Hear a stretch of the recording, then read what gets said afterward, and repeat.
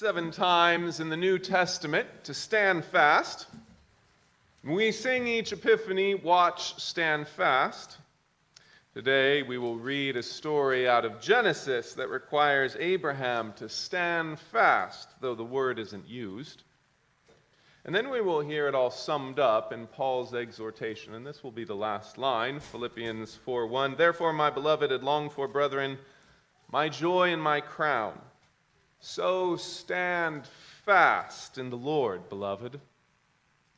God wants you, we can say from all of this, to stand fast.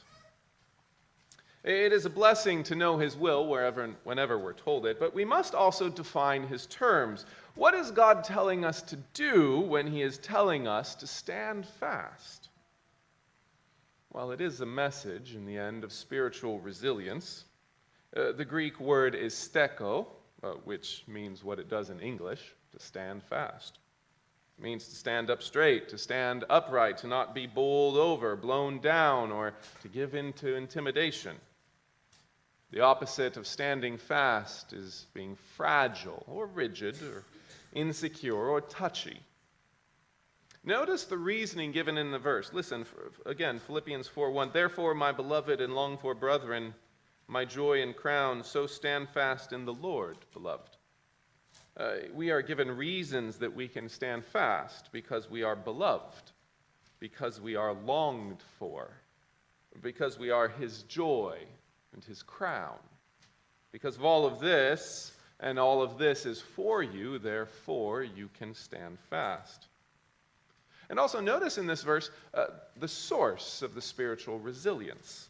The ability to be unbroken comes from Christ. Hear it again, Philippians 4:1. Therefore, my beloved and longed for brethren, my joy and crown, so stand fast in the Lord. To stand fast is not about being white-knuckled and pushing through by sheer grit and willpower. This kind of stoic feelinglessness. No, it is about trusting in the power of God to sustain you, and, more importantly, trusting in that the character of God is for you. One of my favorite short Hebrew phrases that for me has become a bit of a prayer, but at least it's a memorized reminder, is the expression, Yahweh Li. Very simple, Yahweh, the Lord, Li, is for me. That's what it means. The Lord is for me. Yahweh is for me. Yahweh Li. Happens to be Jacob's first prayer ever in the Bible, Genesis 28:21. It is David's battle cry. It is that fierce battle cry against fear he has in Psalm 118:6.